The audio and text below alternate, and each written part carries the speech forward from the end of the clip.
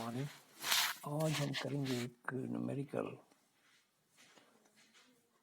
कि 50 फेरों वाली एक कॉइल है, उससे जो पास होने वाली मैग्नेटिक फ्लक्स है वो 1 सेकेंड में 0.3 वेबर से घटकर 0 हो जाती है। कुंडली के सिरों के बीच प्रेरित विभवांतर का मान ज्ञात कीजिए।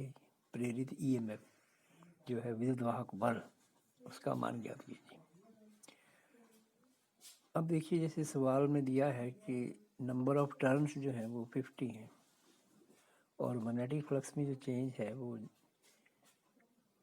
फाइनल है 0 और शुरू में है 0.3 वेबर, तो -0.3 वेबर। टाइम इंटरवल जो है वो 1 सेकेंड है। अब प्रेरित जो विद्युत वाहक बल होता है वो -d∅dt, लेकिन क्योंकि n फेरे हैं, ये फ्लक्स हर एक फेरे में से जाएगी, इसलिए प्रेरित विद्युत वाहक बल जो है E = -d∅dt। इसको आप लिख सकते हैं n50 और d∅ change in flux 0.3 minus का ओवर टाइम 1 सेकेंड। सॉल्व कीजिए तो ये हो गया 15 वोल्ट। यानी इस कॉइल में ईएमएफ जो है पैदा होगा 15 वोल्ट के बराबर। इसी तरह से एक और एग्जांपल है कि एक कॉइल है जिसका जो क्रॉस सेक्शनल एरिया है वो 500 सेंटीमीटर स्क्वायर है और टोटल नंबर ऑफ टर्न्स जो है वो 1000 है। 4 × 10⁻³ टेस्ला के एक समान चुंबकीय क्षेत्र के लंबवत रखी गई। यदि कुंडली को 1/10 सेकेंड में 180 डिग्री से घुमा दिया जाए तो औसत प्रेरित विद्युत वाहक बल की गणना कीजिए। अब आप ये तो जानते हैं कि इस कुंडली में से जो संबद्ध कुल चुंबकीय फ्लक्स होगी वो φ n number of turns B.A या NBA cos थीटा। और जो संबद्ध फ्लक्स परिवर्तन से जो ईएमएफ आएगा वो E = -d∅dt। औसत यदि विद्युत वाहक बल निकालेंगे दैट इज -φ2 - φ1 टाइम। ये जो है वो एम के एस के अंदर बदल लीजिए, 5 × 10⁻²। कैपिटल N 1000 है, बी है वो 4 × 10⁻³ टेस्ला। अब देखिए फ्लक्स में जो चेंज है φ2 - φ1, वो आप देख सकते हैं कि एक पहले केस के अंदर जो लंबवत है आपकी कुंडली, तो आपका φ2 - φ1 का मान जो होगा लंबवत के केस में एंगल होगा 0, क्योंकि एरिया जो है वो उसके एरिया वेक्टर की फॉर्म में जब आप लिखते हैं तो इन यूनिट वेक्टर जो है वो एरिया के लंबवत लिया जाता है। यानी बी और ए के बीच यदि आपकी कुंडली लंबवत है तो एंगल बी और ए के बीच 0 होगा। और जब 180 डिग्री टर्न दे दिया है तो ये फिर 180 डिग्री हो गया, तो दोनों का difference 180 degree minus cos 0 = 2 NBA। Delta T जो है वो 1/10 यानी 0.1 सेकेंड। अब है EMF = change in flux upon time interval 2 × 10 2 × 1000 × 4 × 10⁻³ × 5 × -2 over 0.1। सभी को सिंप्लीफाई करके ये 4 वोल्ट आता है। ये होगा 0.1 सेकेंड में कॉइल को 180 घुमाने करने पर जो ईएमएफ आएगा उसकी औसत वैल्यू। अब आप देखिए एक और न्यूमेरिकल है के 20 ओम प्रतिरोध वाले परिपथ से पारित चुंबकीय फ्लक्स में समय के सापेक्ष परिवर्तन निम्न समीकरण के अनुसार होता है। phi is equal to 6t² minus 5t plus 1 weber.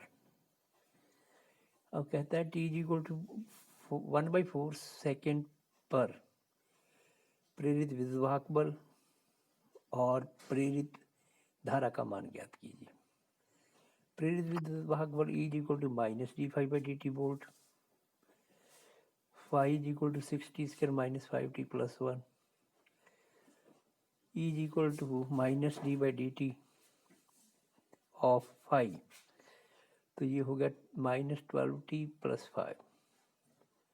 t is equal to 1/4 second पर E की वैल्यू जो आएगी instantaneous value minus 12 into 1/4 plus 5, या दैट इज 2 वोल्ट। और उस वक्त प्रेरित धारा कितनी होगी? I is equal to E/R। R जो रेजिस्टेंस है वो आपके सर्किट का 20 ओम दे रखा है, तो E/R दैट इज 0.1 एम्पियर। तो ये हो गए इसके दोनों आंसर। इसी तरह से देखिए एक और बड़ा अच्छा सवाल है, ये भी एग्जामिनेशन पॉइंट ऑफ व्यू से काफ़ी इम्पोर्टेंट है कि सिद्ध करो कि एक कुंडली से पारित फ्लक्स में परिवर्तन phi1 से phi2 होता है, तो प्रेरित आवेश जो है वो निम्न सूत्र के द्वारा दिया जाता है। Q is equal to N/R phi1 minus phi2। N कुंडली में फेरों की संख्या है, R जो है वो कुंडली का प्रतिरोध है। अब आप देखिए कि किसी चुंबकीय क्षेत्र में स्थित N फेरों वाली कुंडली से पारित जो मैग्नेटिक फ्लक्स है, जो फैराडे के नियम के अनुसार इसका जो मान होता है E is equal to minus N d∅dt volt. N जो है वो नंबर ऑफ टर्न्स है और phi जो है वो पारित फ्लक्स है। यदि सर्किट बंद हो और कुंडली का जो प्रतिरोध R है, तो करंट जो आएगा वो वोल्टता अपॉन रेजिस्टेंस, यानी I is equal to E/R that is minus N/R d∅dt। अब जो करंट है इसको आप लिख सकते हैं dq/dt। समय के साथ आवेश जो जाएगा उसी को आप करंट कहते हैं। I is equal to dq/dt, या फिर dt दोनों साइड से यदि कैंसिल करें तो dq is equal to minus N/R d∅। अब जैसा सवाल में बताया गया है कि फ्लक्स phi1 से phi2 जो होता है, तो समीकरण 3 का समाकलन करें तो परिपथ में प्रेरित कुल आवेश Q is equal to minus N/R phi1 से phi2 तक इसको इंटीग्रेट कीजिए, लिमिट लगाइए minus N/R phi2 minus phi1, और यदि माइनस को आप सेट करें तो N/R phi1 माइनस phi2, यानी जो कुल प्रेरित आवेश है वो फ्लक्स के मान में जो अंतर है उसके समानुपाती है। आवेश कितना प्रेरित होगा ये इस बात पे निर्भर नहीं करता कि फ्लक्स में परिवर्तन जो है वो कितना तेजी से हो रहा है या स्लो हो रहा है।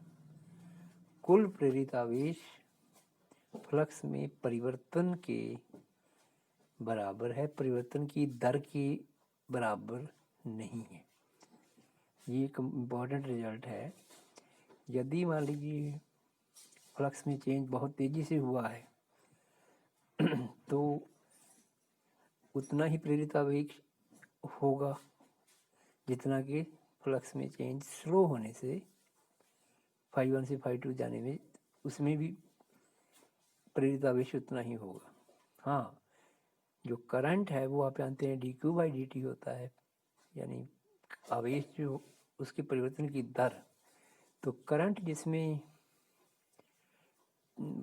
फ्लक्स में चेंज ज़्यादा तेज़ी से होगा उस केस में करंट की वैल्यू जो आएगी उस इंस्टेंट, तो वो जो है वो ज़्यादा होगी। तो ये डिफरेंस है कि प्रेरित आवेश जो है यहाँ पर फ्लक्स के परिवर्तन के बराबर होगा या समानुपाती होगा, ना कि उस समय पे निर्भर करेगा जिस समय के अंदर ये फ्लक्स परिवर्तित होगी।